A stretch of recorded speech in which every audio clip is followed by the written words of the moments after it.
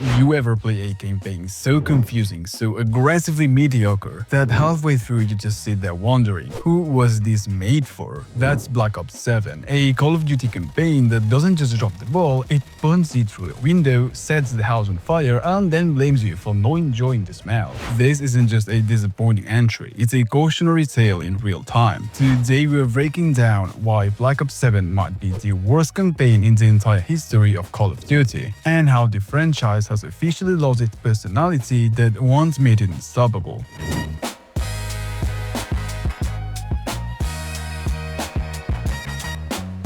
When Black Ops 7 was announced, the reaction wasn't excitement, it was more like a collective shrug. This wasn't a mark your calendar moment, it was one of the least anticipated Call of Duty titles in years. People weren't imagining a glorious return to form, they were mostly wondering why this game even existed in the first place. The marketing tried to spin it as a serious narrative experience, a sort of back to the Cold War roots. But nobody bought into the fantasy, expectations were very low, and somehow the campaign still managed to slide underneath them like it was trying to limbo under a bar lying flat on the ground. From the very first mission, you can feel the confusion radiating off the game. It wants to be grounded and gritty, but also throws in these surreal sci-fi sequences like the writers forgot which version of the script they were supposed to use. It's tonal whiplash. One minute you're filtrating a bunker, the next you're wandering through a hallucination that feels like leftover concept art stitched together at the last minute. Black Ops used to be the part of God that embraces risk, mind control conspiracies, unreliable narrators, layered psychological tension. Now Black Ops 7 feels scared to commit to anything. Ironically, in trying not to confuse players, it creates the most disorientating narrative this series has ever produced. And then you discover the entire campaign is tied to online servers. That's the moment when the mild indifference turns into full, refined disappointment. So let's address the elephant in the room.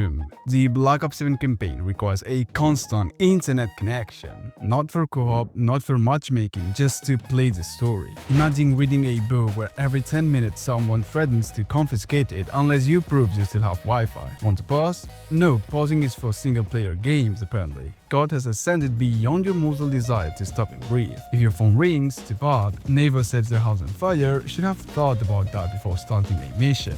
Your connection drops for 2 seconds, see you at the title screen. These won't change, these one bizarre, unnecessary decisions kills any immersion in the game that tries to build. Because no matter how tense or dramatic the scene is, you're one server hiccup away from being force ejected like an unpaid intern. And let's be honest, this wasn't done for players' benefit. This was what happened when a studio tries to tie every mode to the same infrastructure. Single player is no longer a mode, it's an online event. The worst part is how fragile it makes everything feel. You're not telling a story, you're borrowing it from a server that might revoke access at any moment. It's impossible to lose yourself in the narrative when the game itself keeps reminding you you're basically leasing it on a per-minute basis. Black Ops has always embraced chaos, but it was an intentional chaos. You had hallucinations, unreliable narrators, mind games, but all of it was carefully tied to a narrative theme. Black Ops 7 tries to imitate that without understanding why or how it worked. The plot jumps around like it's allergic to pacing. You're thrown into a grounded infiltration mission and suddenly you're transported into a sweaty fever dream of symbolism and vast imaginary. And it just feels like it was assembled from an unfinished concept art. Then you're yanked back out again for another mission that verily connects to what you just saw. There's no flow, no rhythm, nothing resembles a coherent structure. The story feels like it was written by 3 different teams locked in different rooms, each given a list of cool ideas with no instructions on how they should connect. And let's talk about the characters. In classic Black Ops games, characters had presence, Woods yelling in your face, Mason losing his mind, and Menendez walking the thin line between villain and a tragic figure. Black Ops 7's introduced characters with all of the energy of a corporate training video. Nobody stands out, nobody grows, and nobody feels like they matter. Conversations feel cheap, like they were written to fill space rather than push the story forward. There are no emotion stacks because the game refuses to slow down enough to build them. There's no tension, no mystery, there's only lingering feeling that you're watching a diluted imitation of what Black Ops used to be. Now, length isn't everything. A short campaign can still be powerful, but Black Ops 7 somehow manages to feel both short and stretched thin. Most players finish in 5 to 6 hours, and yet it feels like the campaign ran out of ideas by hour 2. And why? Because so many missions feel like filler disguised as a cinematic experience.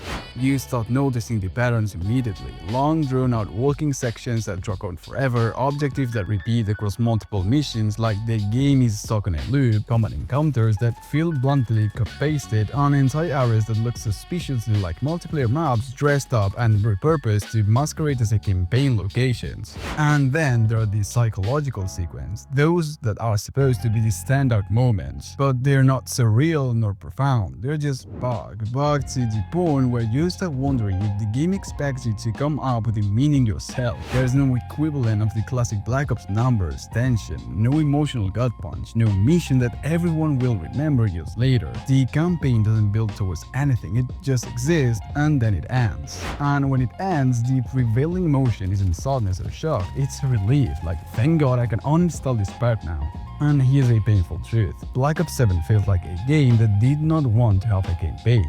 It feels like a contractual obligation, like a checkbox that had to be ticked because Call of Duty games are supposed to have a single player mode. You can feel it in every corner of the campaign. The mechanics borrowed from completely different modes. The missions play like they are been stitched together from leftover prototypes. The set pieces are vibrantly there, like someone forgot to order fireworks. The story never commits to a direction for more than 5 minutes. On the themes that once defined Black Ops, they are barely even acknowledged.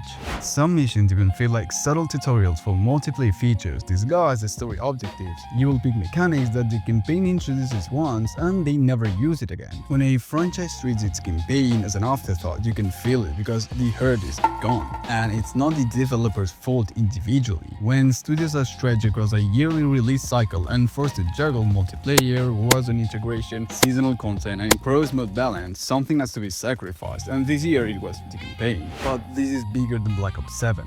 Call of Duty has been losing its identity over the last several years, not in a dramatic collapse, but in a slow, bureaucratic erosion. There was a time when every corner of Call of Duty had its own flavor. Modern Warfare leaned into a tactical realism and moral gray areas. Black Ops thrived on paranoia, experimentation, and psychological tension. Treyarch Zombies had that unique bizarre charm fans instantly recognized, and the historical titles carried real emotional weight and atmosphere. But now everything feels like it's going through the same industrial content pipeline. Black Ops no longer feels like a Black Ops, Modern Warfare no longer feels like a Modern Warfare. Every game shares the same UI aesthetics, the same lighting style, and the same narrative voice. Instead of evolving its identity, Call of Duty has standardized itself to death. Black Ops 7 is the final symptom, the moment where it becomes undeniable. A series that once pioneered blockbuster storytelling now feels like it's afraid to have any personality at all.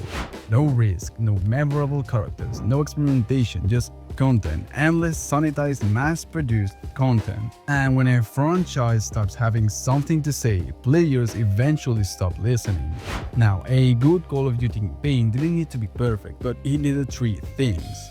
Identity, a strong sense of theme and tone, memorability, moments that stay with you long after the credits, and purpose, a reason for the players to invest emotionally. Black Ops 7 delivers none of this. Its identity is confused, the missions are forgettable, and the purpose feels purely factional.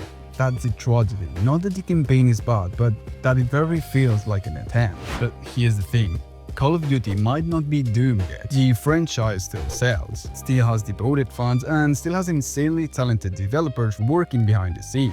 But Call of Duty needs to stop chasing deadlines and start discovering what makes these campaigns matter. It needs time, freedom, and vision. And most importantly, it needs identity again. Because right now, Black Ops 7 isn't just a bad campaign, it's a wake-up call. A reminder that even biggest franchises can lose themselves if they forget why players fell in love with them in the first place. Call of Duty used to be bold, it used to be confident, it used to be unmistakably itself. Now it's just noise.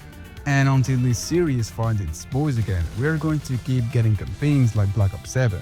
Playable, technically functional, but empty in a way that's almost impressive.